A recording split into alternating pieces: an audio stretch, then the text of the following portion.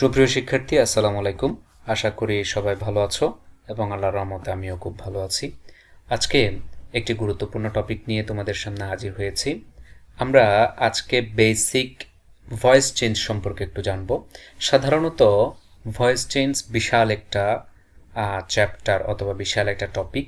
এই টপিকটাকে আমরা কিছু বেসিক পার্টে ভাগ করে পড়ব। দ্যাট মিনস আমরা 3টা পার্টে ভাগ করে পড়ব। প্রথমে আমরা ভয়েসের যে বেসিকগুলো আছে, দ্যাট মিনস একটা ভয়েস চেঞ্জ করার জন্য কি কি জিনিসগুলো প্রয়োজন হয়, কোন কোন জিনিসগুলো আমাদেরকে জানতে হবে, এই বিষয়টা আমরা প্রথম ক্লাসে জানব। দ্বিতীয় ক্লাসে আমরা টেন্স ওয়াইজ কিভাবে ভয়েসগুলো চেঞ্জ করতে হয় এই বিষয়টা সম্পর্কে জানব। এবং তৃতীয় ক্লাসে আমরা ভয়েসের কিছু স্পেশাল স্ট্রাকচার নিয়ে আলোচনা করব। তো আশা করি এই 3টা পার্ট ঠিকভাবে করার জন্য এবং ভয়েস সম্পর্কে একটা ক্রিস্টাল ক্লিয়ার আইডিয়া নেওয়ার জন্য সাথেই থাকবা। তো আমরা আজকে বেসিক পার্টটা নিয়ে শুরু করব। তো আশা করি ক্লাসের শেষ পর্যন্ত মনোযোগী হব এবং সবাই ক্লাসটাকে উপভোগ করব। দেখি আমরা প্রথমে দেখি ভয়েস কাকে বলে। আমরা বেসিক্যালি ভয়েস কাকে বলি এই জিনিসটা দেখি। আমরা বলি ক্রিয়া প্রকাশের ভঙ্গিমাকে ভয়েস বা বাচ্য বলে। তো ক্রিয়া প্রকাশের ভঙ্গিমা মানে কি, অর্থাৎ একটা সেন্টেন্সে ভার্বটা কিভাবে তার ভাব প্রকাশ করছে সেই বিষয়টাকেই আমরা সাধারণত ভয়েস বলে থাকি। দ্যাট মিন্স এক কথায় যদি বলি, এটি হচ্ছে সেন্টেন্সের একটা মুড। সাধারণত এই মুড পরিবর্তিত হয় ক্রিয়া অনুসারে, দ্যাট মিন্স ভার্ব অনুসারে। তো আমরা আরেকটু ক্লিয়ার করে বলি, যেমন ভয়েস হলো ভার্বের গঠন, যার দ্বারা সাবজেক্ট নিজে কিছু করে অথবা অন্যের কাজ তার উপর এসে পড়ে, এটাকে আমরা ভয়েস বলি। তো দেখি আমরা প্রকারভেদ কত প্রকার, অর্থাৎ আমরা ভয়েসকে কয় ভাগে ভাগ করতে পারি। বেসিক্যালি ভয়েসকে আমরা 2 ভাগে ভাগ করতে পারি। একটাকে বলি আমরা অ্যাক্টিভ ভয়েস, আরেকটাকে বলি আমরা প্যাসিভ ভয়েস। এখন আমরা জানবো এই অ্যাক্টিভ ভয়েস কাকে বলে। অ্যাক্টিভ ভয়েস যদি আমরা বলি সাবজেক্ট নিজে সক্রিয় হয়ে কাজ করে, অর্থাৎ এই যে সাবজেক্টটা থাকবে, সেন্টেন্সে যে সাবজেক্টটা থাকে, এই সাবজেক্টটা সক্রিয় হয়ে কাজ করে, তার মানে অ্যাক্টিভ। সাবজেক্ট নিজেই অ্যাক্টিভ। যেহেতু সাবজেক্ট অ্যাক্টিভ, সেই জন্য আমরা এই সেন্টেন্সটাকে কি বলি, অ্যাক্টিভ সেন্টেন্স বলি বা অ্যাক্টিভ ভয়েস বলি। আমরা একটা এক্সাম্পল দেখি। এক্সাম্পলটাতে কি বলা হচ্ছে, রাহুল হিট দ্য বল। এখানে রাহুল একটা সাবজেক্ট এবং এই হিট করার কাজটা, তার মানে কোনো একটা ভার্ব সম্পাদন করার কাজটা করেছে কে, রাহুল নিজে। তাহলে আমরা বলি যেহেতু সাবজেক্ট নিজে সক্রিয় হয়ে কাজটা করেছে, সেজন্য এই ধরনের সেন্টেন্সগুলোকে অ্যাক্টিভ সেন্টেন্স বলি। এখন আমরা দেখি প্যাসিভ ভয়েস কাকে বলে। যে সেন্টেন্সে সাবজেক্ট নিজে কাজ সম্পন্ন করে না, বরং অবজেক্টের কাজটি তার দ্বারা সম্পন্ন হয়, তাকে আমরা প্যাসিভ ভয়েস বলি। ঠিক উপরে যে সেন্টেন্সটিকে আমরা পেয়েছিলাম, এই সেন্টেন্সটিকে এবার আমরা একটু প্যাসিভ করে দেখি। যেমন বল, এটা হচ্ছে সাবজেক্ট আর রাহুল হচ্ছে অবজেক্ট। তাহলে এই বলটাকে হিট করেছে রাহুল, তবে এই হিটের কাজটা সম্পন্ন করেছে কে, দ্য বল। তাহলে এই জন্য আমরা বলি সাধারণত অবজেক্টের কাজটি তার দ্বারা সম্পন্ন হয়, অর্থাৎ অবজেক্ট যে কাজটা করেছে সেটা আমরা সাবজেক্ট দ্বারা সম্পন্ন করেছি, তার মানে বলটাকেই হিট করেছে। এখন আমরা দেখব বেসিক কিছু জিনিস, যে জিনিসগুলো আমাদের জানা প্রয়োজন। তো দেখি এখানে আমরা যেটা দেখতে পাচ্ছি, দুইটা সেন্টেন্স, আমরা যে দুইটা সেন্টেন্স দেখেছি, অর্থাৎ নিচে একটু দেখি আমরা, এই যে আমরা এই জিনিসটা দেখেছিলাম, অর্থাৎ অ্যাক্টিভ ভয়েস এবং প্যাসিভ ভয়েসের এই দুইটা জিনিস আমরা দেখেছিলাম। এখানে যে কাজটা হয়েছে সেটা হচ্ছে কি, 4টি ঘটনা ঘটেছে কিন্তু সেন্টেন্সের অর্থটা অপরিবর্তিত আছে। এখন দেখি কি 4টি ঘটনা ঘটেছে।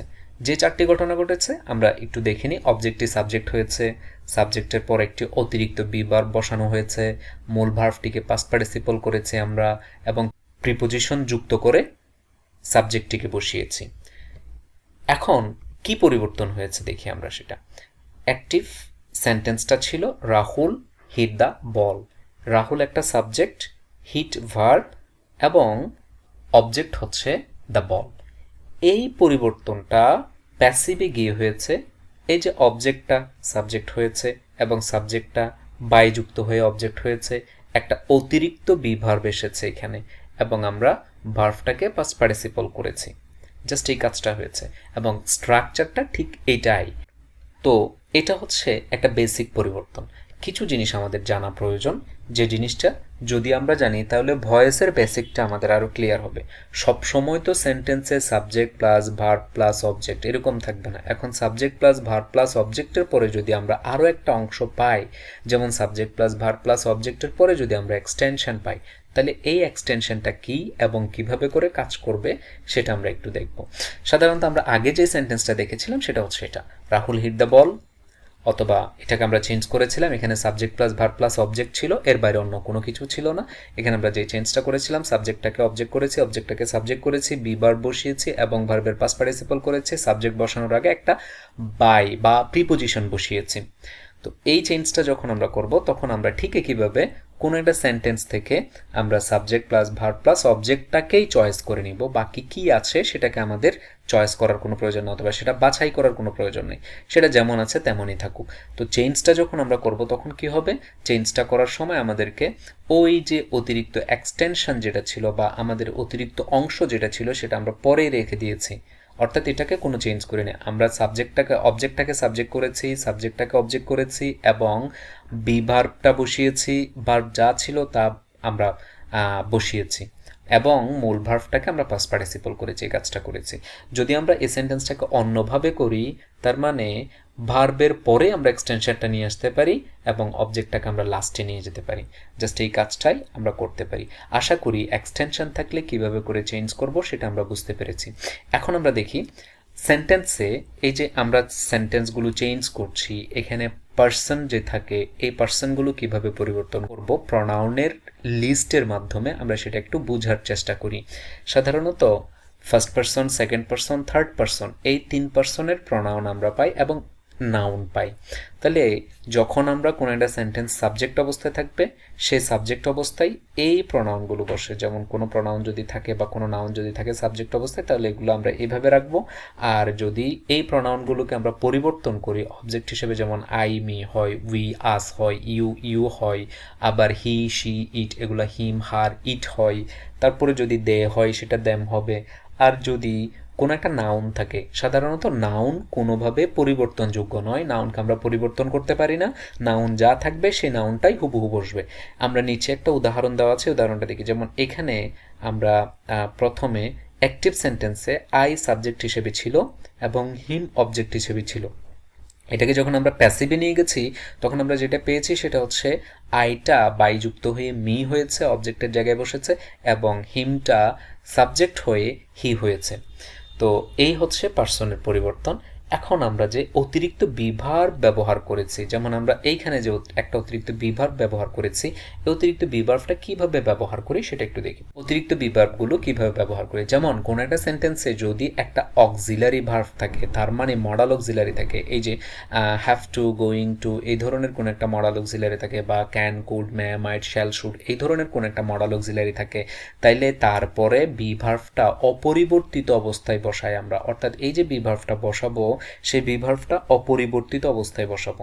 যেমন they should write a letter, এই জায়গায় আমরা শুডের পরে যে বিভার্বটা বসাচ্ছি এই বিভার্বটা অপরিবর্তিত অবস্থায় বসাচ্ছি। A letter should be written by them, আমরা এই যে দেটাকে দেম করেছি, এ লেটারটাকে সামনে এনেছি সাবজেক্ট হিসেবে এবং শুডের পরে বিভার্বটাকে অপরিবর্তিত অবস্থায় বসিয়েছি, রাইটটাকে রিটেন করেছি, জাস্ট এই কাজটাই করেছি। অতিরিক্ত বিভার্ব শুডটা, শুডের পরে যে অতিরিক্ত বিভার্বটা বসিয়েছি সেটা অপরিবর্তিত অবস্থায় বসিয়েছি, এবং নিচের স্ট্রাকচারটাও একই রকম আমরা দেখে নিই, একই ধরনের স্ট্রাকচার। এবার আমরা দেখি অক্সিলারি ভার্ব মডাল অক্সিলারি ছাড়া অন্য কোনো অক্সিলারি থাকলে কীভাবে বসে। যেমন মনে করো কোনো একটা সেন্টেন্সে বি ভার্ব আছে, যেমন be, been, am, is, are, was, were যে কোনো একটা আছে, অর্থাৎ কন্টিনিউয়াস টেন্সের একটা সেন্টেন্স। কন্টিনিউয়াস টেন্সে আমরা জানি বি ভার্বের যে কোনো একটা থাকে। তো আর রাইটিং, এখানে একটা বি ভার্ব আছে, তাহলে বি ভার্ব যখন থাকবে তখন আমরা অতিরিক্ত যে বিভার্বটা বসাবো সে অতিরিক্ত বিভার্বটা বসাবো বিং করে, তার মানে বিভার্বের সাথে আইএনজি যুক্ত করে বসাবো। ঠিক কীভাবে উদাহরণটা দেখি আমরা, দে আর রাইটিং এ লেটার, এটাকে যখন আমরা চেঞ্জ করছি তখন আমরা বলছি a letter is being written by them, এই চেঞ্জটা আমরা করছি। এবং এটা ছাড়া যদি হ্যাভ ভার্ব থাকে কোনো একটা, তখন আমরা বি ভার্বটাকে বসাবো বিন করে, তার মানে হ্যাভ ভার্বের পরে বি ভার্ব যেটা বসবে সেটা হবে বিন। যেমন দেখি আমরা they have written a letter, এখানে আমরা যে চেঞ্জটা করছি সেটা হচ্ছে এই যে হ্যাভ ভার্বের পরে যেটা বসাচ্ছি সেটা হচ্ছে বিন, তার মানে a letter has been written by them, এটা হচ্ছে চেঞ্জ। তো অতিরিক্ত বি ভার্ব যদি, অর্থাৎ কোনো সেন্টেন্সে যদি কোনো অক্সিলারি ভার্ব না থাকে, তার মানে অক্সিলারি ভার্ব শূন্য বা ইনডিফিনিটের একটা সেন্টেন্স হয়, তখন আমরা শুধুমাত্র টেন্স অনুযায়ী বি ভার্বটাকে এম ইজার অথবা পাস্ট টেন্সে ওয়াজ ওয়্যার করে বসাবো। ঠিক একইভাবে দেখি আমরা দ্য রাইট এ লেটার, এখানে কোনো বি ভার্ব নাই, যেহেতু কোনো বি ভার্ব নাই অথবা কোনো অক্সিলারি ভার্ব যেহেতু নাই, সেজন্য আমরা অনলি বি ভার্বটাকে am is are was were করে বসাবো কি অনুসারে? টেন্স অনুসারে। তার মানে টেন্স যদি প্রেজেন্ট টেন্স হয় তাহলে ইজ বসাবো, পাস্ট টেন্স হলে ওয়াজ বা ওয়্যার বসাবো। এভাবে করে আমরা টেন্সগুলোকে ব্যবহার করব। এখন আমরা যেটা দেখব সেটা হচ্ছে একটা প্র্যাকটিস। এই প্র্যাকটিসটা আমরা দেখি, এখানে হচ্ছে অ্যাপ্রোপ্রিয়েট বি ভার্বটা আমরা এই গ্যাপের মধ্যে বসাবো। তো এরকম 10টা ভার্ব বা অর্থাৎ 10টা সেন্টেন্স আমরা এখানে দিয়েছি। এই 10টা সেন্টেন্স আমরা পাশের উত্তরটি না দেখে নিজে নিজে একটু মেলানোর চেষ্টা করি। ভিডিওটা পজ করে আমরা সেন্টেন্সগুলো করি।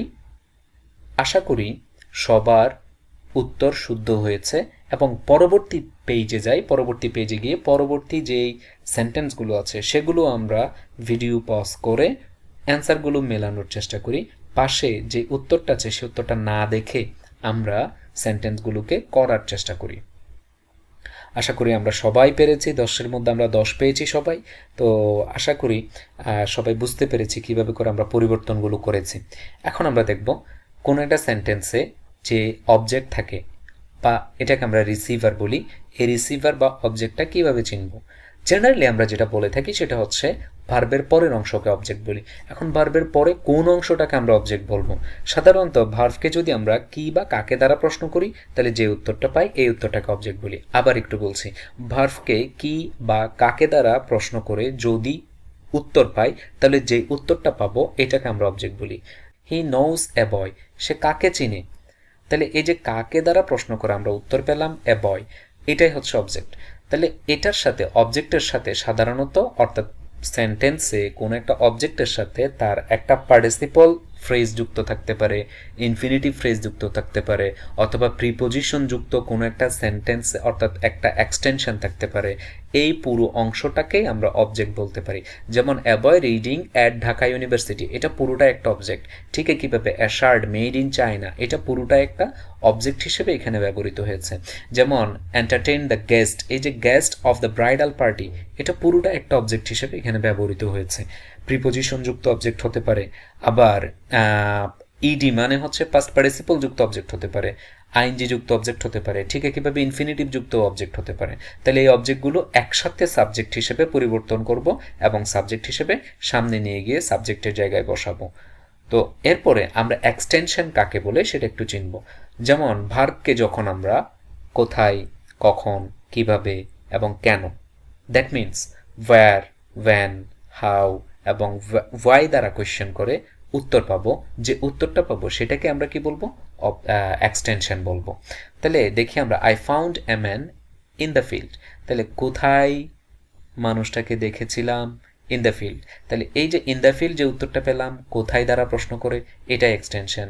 যেমন আমরা দেখি everyone should practise frugality to make a well planned family, কেন ফ্রুগালিটি প্রয়োজন?